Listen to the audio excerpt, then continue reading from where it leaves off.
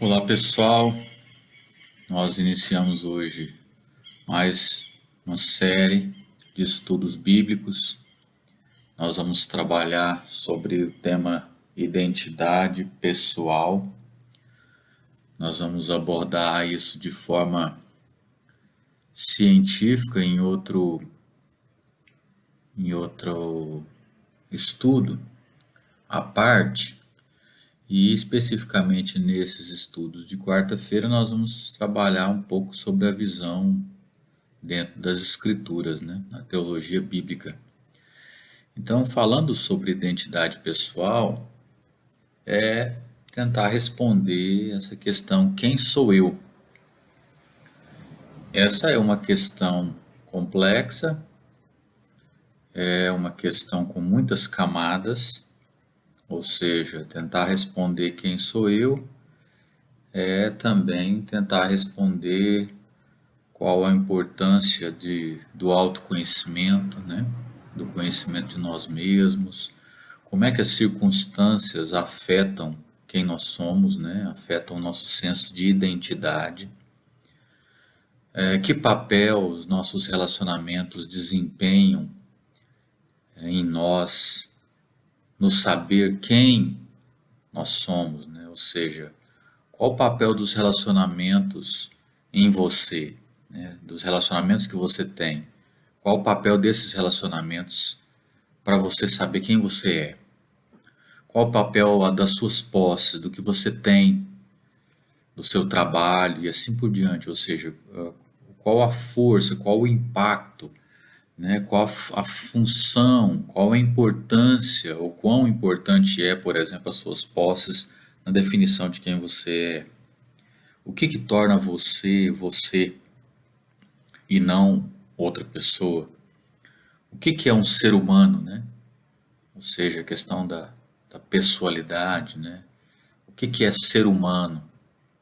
Então são questões que tratam um pouco sobre ou que tentam responder a grande questão ligada à identidade. Uma frase de Marlene Robinson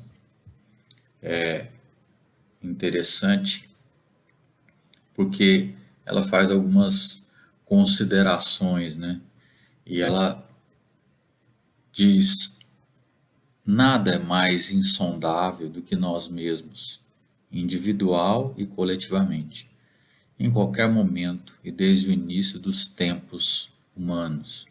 Nada é mais insondável do que nós mesmos. Marilyn Robson é uma importante escritora americana. Você pode ver aí, né, essas perguntas que nós fizemos, que fazem parte dessas camadas da ideia de identidade.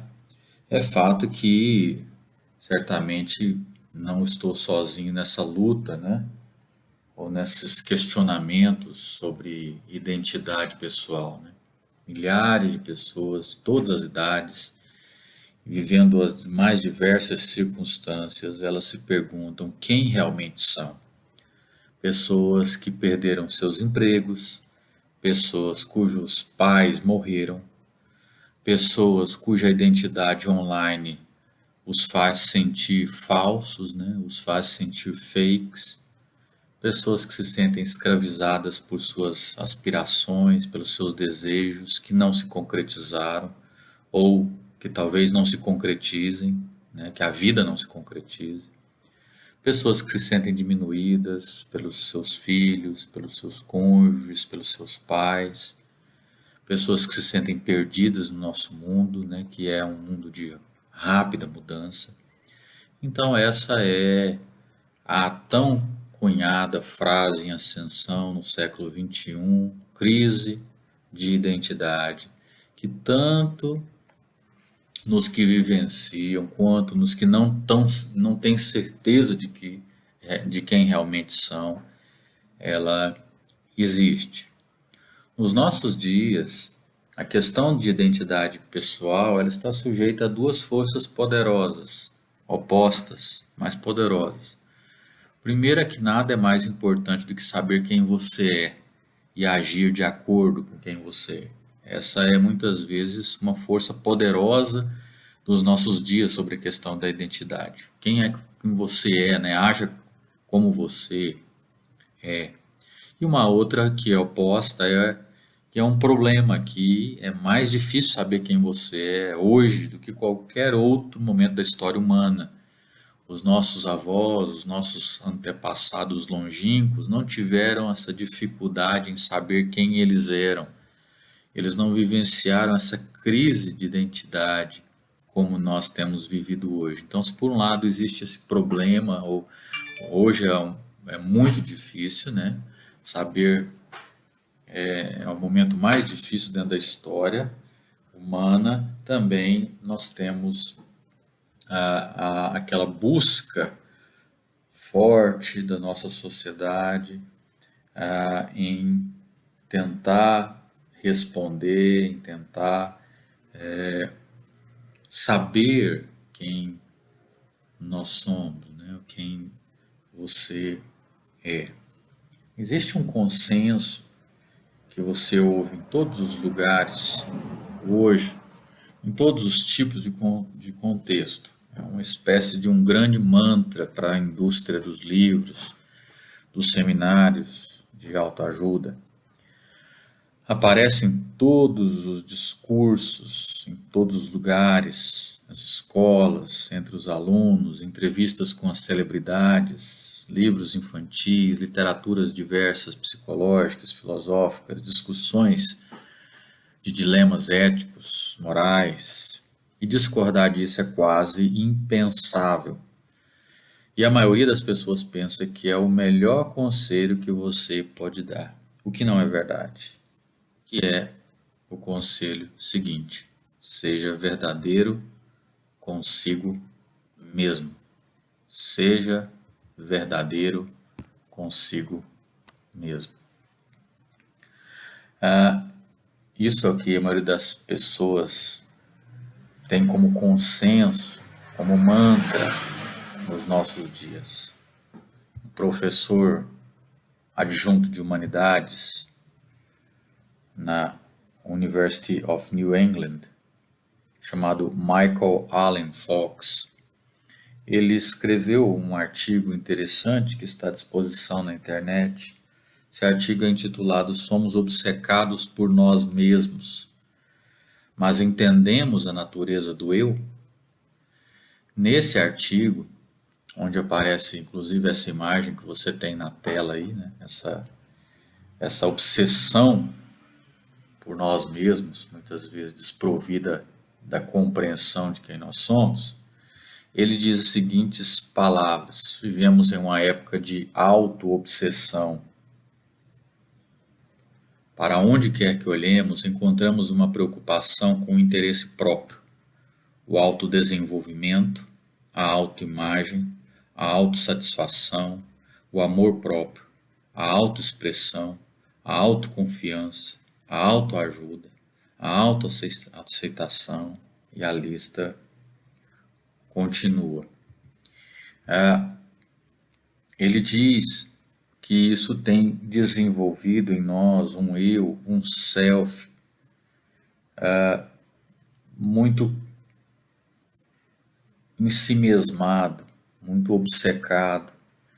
A definição dele de eu, que é uma definição interessante para nós também, quando nós falamos sobre self, sobre eu, a partir de agora nos nossos estudos, tem na mente essa ideia de um complexo organizado de relacionamentos com pessoas e outras entidades, eventos, estados de coisas, memórias e assim por diante. Ou seja, o que nós chamamos de eu, de self, é todo esse complexo que foi organizado nessas relações que nós tivemos conosco, com as coisas, com as pessoas, com os eventos que vivemos, com as memórias que nós temos, que foram coisas estabelecidas ao longo do tempo, e as crenças e valores que nós aderimos também, que foram construídos a partir das nossas respostas àquilo que acontece tanto fora de nós quanto dentro de nós, ou seja, a nossa autoconsciência.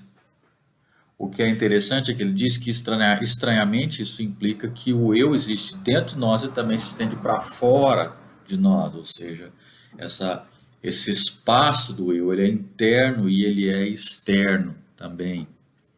Por esse motivo ele diz, a questão é que tipo de eu escolho ser? E há espaço nesse eu para que as preocupações dos outros obtenham reconhecimento e resposta? Ou só há o espaço para mim mesmo? Ou seja, seria o egocentrismo, o eucentrismo. Então, que tipo de eu escolho ser? Essa também é uma das perguntas que nós vamos naturalmente responder. Quem sou eu, né? Ou seja, que tipo de eu, quais os fundamentos para estabelecer a minha identidade que eu vou buscar, que eu vou aderir. Ele continua dizendo, especialmente aqueles em relação a quem me tornei, quem sou. Então, que tipo de eu escolho? Eu escolho ser, né? Há espaço para uma mudança, para um outro eu, no nosso caso um eu bíblico, né? Um eu cristocentrado. Essa é uma preocupação.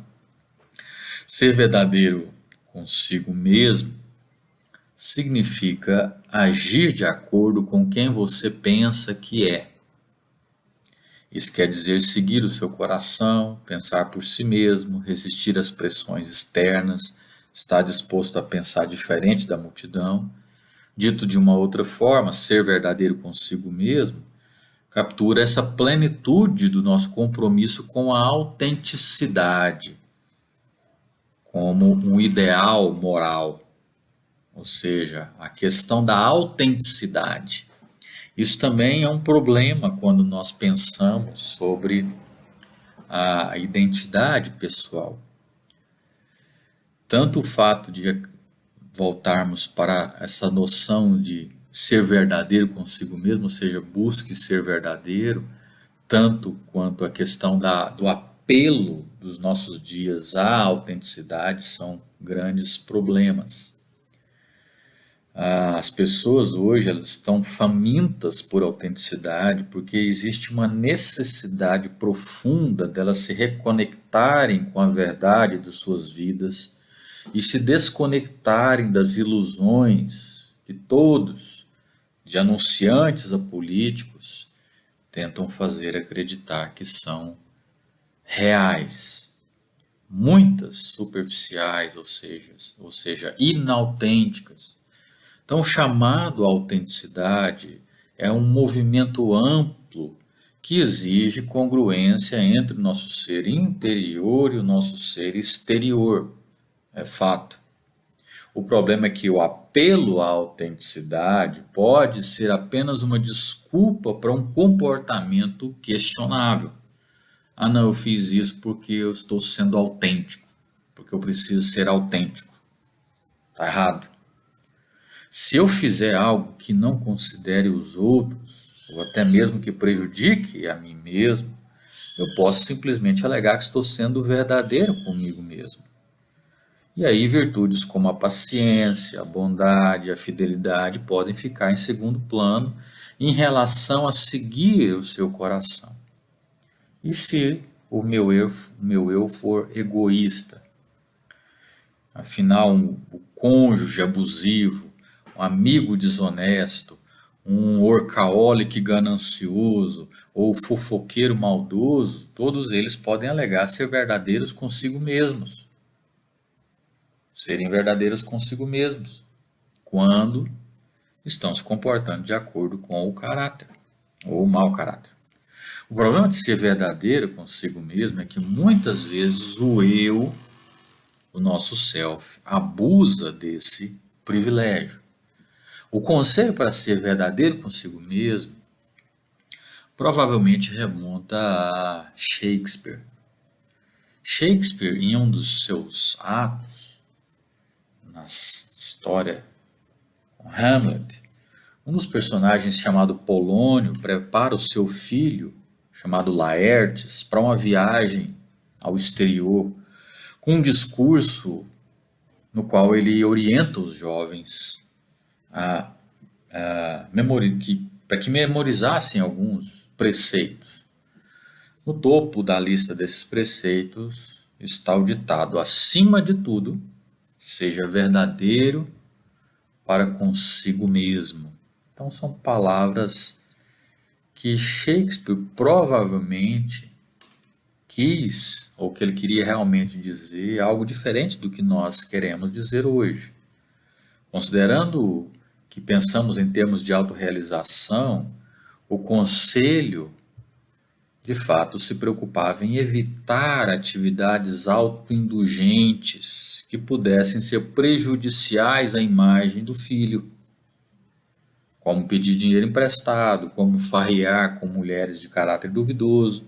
Então, para Shakespeare, ser verdadeiro consigo mesmo, a ideia de autenticidade, significava manter a sua reputação intacta, e não como nós pensamos a ideia de autenticidade nos nossos dias, ligado a simplesmente fazer ou ser verdadeiro as suas próprias ideias, né? Seu próprio comportamento. O maior problema com o conselho para ser verdadeiro consigo mesmo é que para isso você precisa saber quem você é. Se você não sabe quem você é, como é que você vai ser verdadeiro consigo mesmo? Talvez você está sendo verdadeiro com um sigo que não é você, né? Então você precisa saber quem você é. Enquanto hoje em dia mais e mais pessoas estão nos dizendo para sermos verdadeiros conosco, muitos de nós não temos certeza da nossa verdadeira identidade. Uma miríade de fatores pesa contra ter um senso de identidade estável e satisfatório. Muitos fatores pesam contra. Viver a vida em compartimentos separados, por exemplo.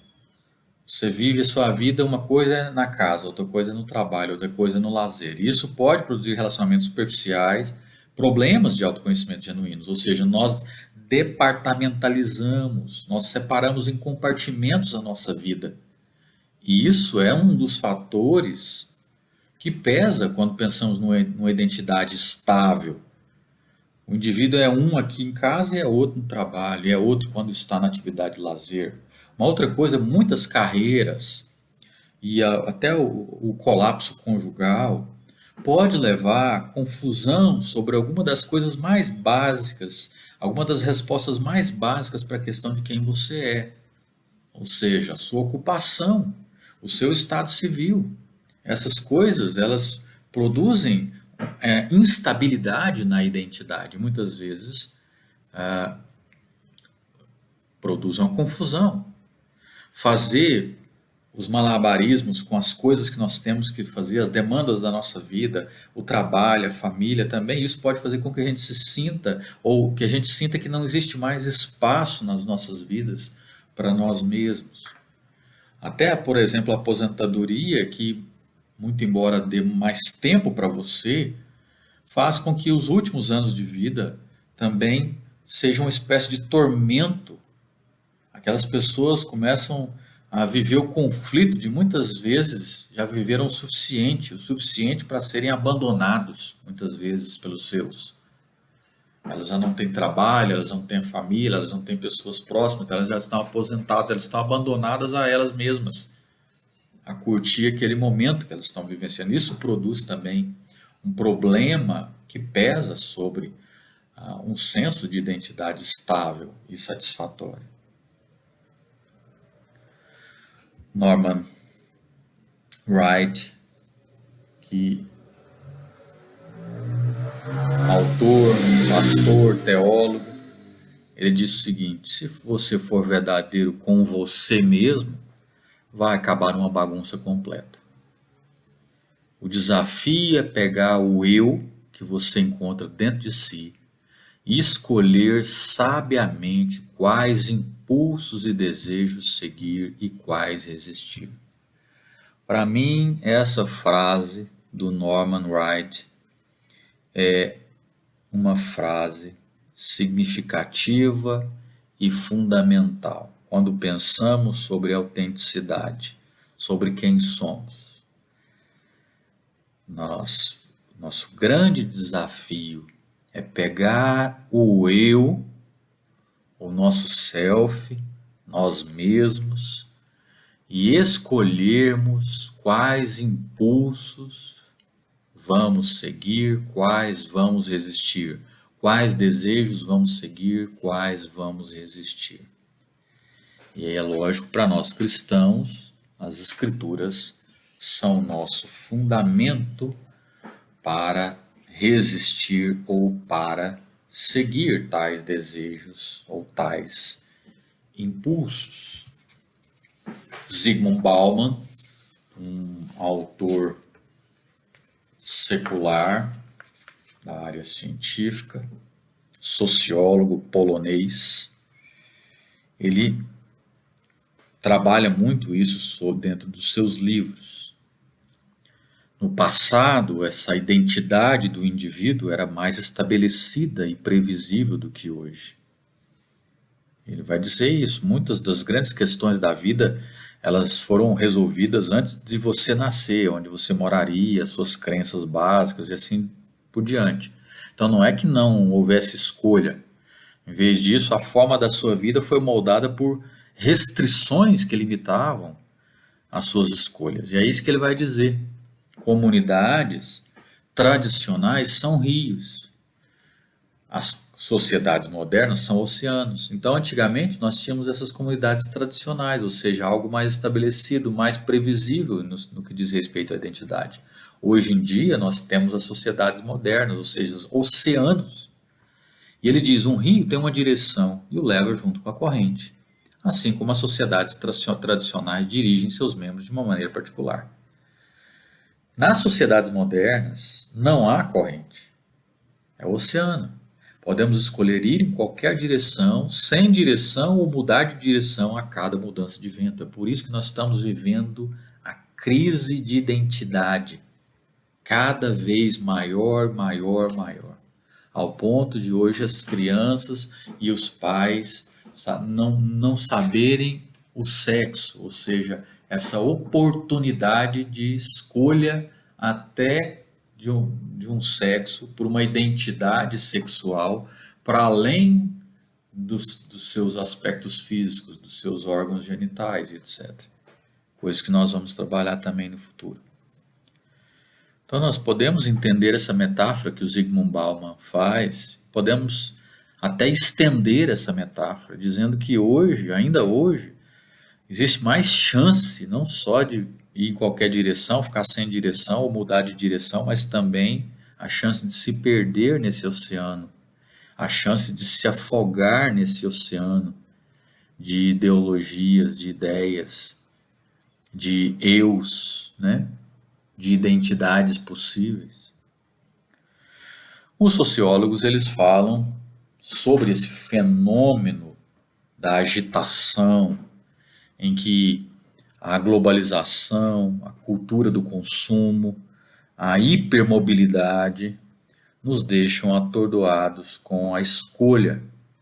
Uma jornalista chamada Bridget Delaney, ela acredita que essa miscelânea de opções, ela nos deixa com uma incerteza e inquietação corrosiva.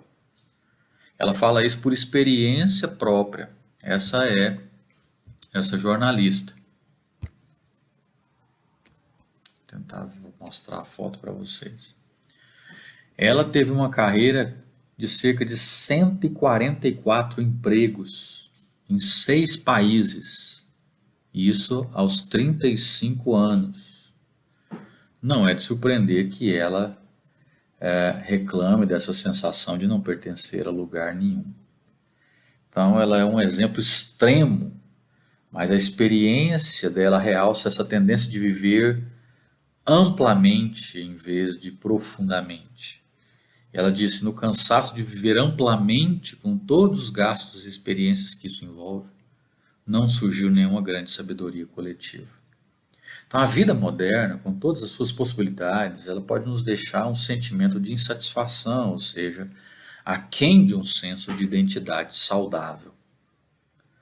Um outro estudioso chamado Peter Leithart, ele escreve um livro interessante intitulado Salomão entre os pós-modernos, cultura pós-moderna. Ele diz o seguinte: nosso mundo desestabiliza o eu. Nosso mundo desestabiliza o eu, desenraizando as pessoas da firmeza tradicional de classe e lugar, costume e comunidade. Hoje, o nosso senso de pertencimento e identidade não é sustentado pelo contato com o mesmo grupo de amigos, com os membros da família, com os colegas de trabalho.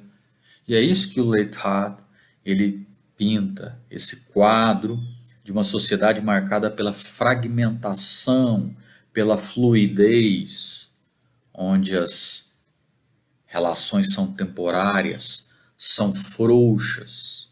O Zygmunt Bauman também vai escrever sobre isso em vários dos seus livros, como Amor Líquido, né? Essa liquidez da nossa sociedade. Depois nós vamos retornar. Em épocas anteriores, a questão da identidade pessoal era resolvida para a maioria das pessoas na adolescência, quando reconheciam, revisavam, rejeitavam a identidade que os pais haviam dado. Estava resolvido. Um capítulo adicional, às vezes, viria depois, né, na crise da meia-idade. Insatisfeitas com o andamento das suas vidas, as pessoas então começaram a propor, a se encontrar. Eu preciso me encontrar. Muitas vezes, nessa crise de meia-idade, se entregando a um comportamento estranho, né, que envolvia qualquer coisa. Daí, um bom livro do Kevin Van Hooser, Ser Humano, Indivíduo e Sociedade. Ele escreve, é um estudioso também, um teólogo americano, professor de teologia sistemática na Trinity Evangelical Divinity School. Ele se concentra em estudos da pós-modernidade também. Ele escreve dizendo que a raça humana, no alvorecer do terceiro milênio, após o fim do paradigma cristão e a ruptura da modernidade, está sofrendo de uma crise de identidade coletiva. Atualmente, os especialistas em dilemas do ciclo da vida acreditam que para muitas pessoas as transições de identidade elas ocorrem antes da meia-idade, com muito mais frequência. A identidade do descontentamento pode acontecer em qualquer e em todas as idades, já que a obrigação de se definir ou projetar está sempre à mão. Então você não precisa esperar a meia-idade para ter dúvidas sobre como a sua vida está indo. Uma temida crises, né, ou aqueles que completam a crise dos 30 anos, muitas vezes mostram pessoas que, tendo escalado a escada do sucesso, elas se tornaram desiludidas quando elas descobrem que elas encostaram essa escada na parede errada. Então, aqueles de nós que completam 40, 50 ou 60 anos de idade podem experimentar essa cuspidade, né? Cuspiedade, uma palavra estranha na língua portuguesa, a ansiedade aí associada a atingir o precipício das idades cúspides, de extremidade, de pontas, ou seja, o indivíduo já está mais para lá do que para cá, é a idade de ponta, já está chegando no fim. Então, essa ansiedade por alcançar essas idades. Fato que vamos ver que a era digital acrescenta uma nova dimensão à questão da identidade pessoal. A internet agora é a plataforma onde nós vivemos a maior parte da nossa vida.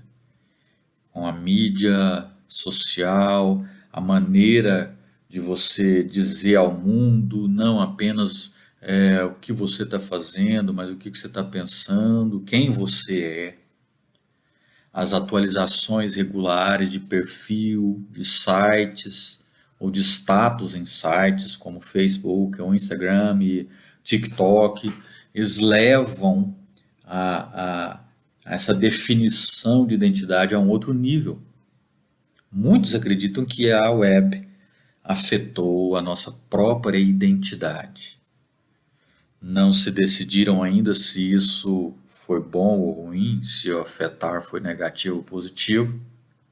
Alguns criticam, enquanto outros são mais positivos quanto às possibilidades de conexão social, mas certamente a mídia social oferece a tentação de projetar um eu inautêntico. Você projeta num site, num blog, numa rede social, um eu inautêntico. Então, se os humanos sempre usaram máscaras, com a chegada das tecnologias de comunicação atuais, essas máscaras se tornaram mais espessas, mais ocultas. Quem sou mesmo? Quem sou eu? O pastor luterano Dietrich Bonhoeffer foi preso pelos nazistas durante a Segunda Guerra Mundial porque ele conspirou para matar Adolf Hitler. Então ele foi preso, ele escreve muitas cartas da prisão, muitas cartas que ainda estão sendo impressas. Um dos seus poemas, escritos na prisão, tem o título Quem Sou Eu? Foi escrito com uma espécie de autoanálise, um ano antes da sua execução. Ele morreu executado, esse pastor, Dietrich Bonhoeffer. Olha só esse poema, eu vou fazer essa leitura, você pode acompanhar também na tela do seu celular, do seu tablet. Quem sou eu? Eles costumam me dizer, eu saí do confinamento da minha cela, calmamente, alegremente, com firmeza, como um escudeiro de sua casa de campo. Quem sou eu? Eles costumam me dizer. Eu costumava falar com meus guardas, livre, amigável e claro, como se estivesse sob meu comando. Quem sou eu? Eles também me dizem. Eu aguentei os dias de infortúnio, igualmente, sorrindo orgulhosamente, como quem está acostumado a vencer. Então eu sou realmente tudo que os outros homens falam? Ou sou apenas o que sei de mim mesmo? Inquieto, ansioso e doente, como um pássaro na gaiola, lutando para respirar como se as mãos estivessem comprimindo minha garganta, ansiando por cores, por flores, pelas vozes dos pássaros, com sede de palavras de bondade, de vizinhança, atirando na expectativa de grandes eventos, tremendo impotentemente por amigos a uma distância infinita, cansado e vazio de orar, pensar, fazer, desmaiado e pronto para se despedir de todos? Quem sou eu? Isso ou o outro? Sou uma pessoa hoje, amanhã outra? Eu sou os dois ao mesmo tempo? Um hipócrita antes dos outros e diante de mim, um fraco, desprezível e desolado?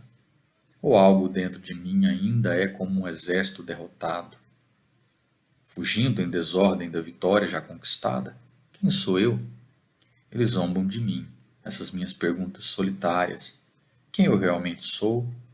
Você me conhece. Eu sou seu, ó Deus. Essas reflexões poéticas de Bonhoeffer levantam várias questões, muitas vezes incômodas para nós. Quais seriam elas? Que papel as impressões dos outros desempenham na maneira como me vejo?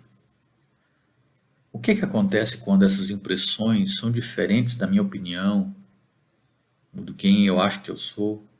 O que sobraria de mim se os suportes da minha identidade, como o trabalho, as posses, as funções, a família, tudo isso fosse removido?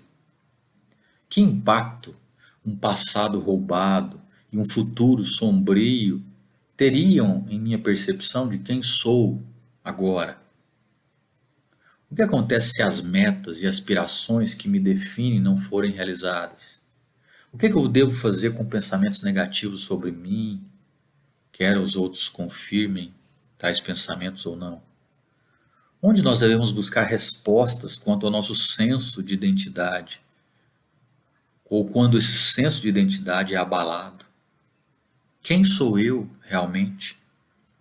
Então, a nossa tese principal é: quem eu realmente sou, você me conhece. Eu sou seu, ó Deus. Então, o objetivo desses nossos estudos a partir de hoje serão, através de uma teologia bíblica da identidade pessoal, explorar que somos conhecidos por Deus. Por isso, a nossa verdadeira identidade só é encontrada em Deus e em Sua palavra. Vejo vocês no nosso próximo encontro. Até lá, bons estudos.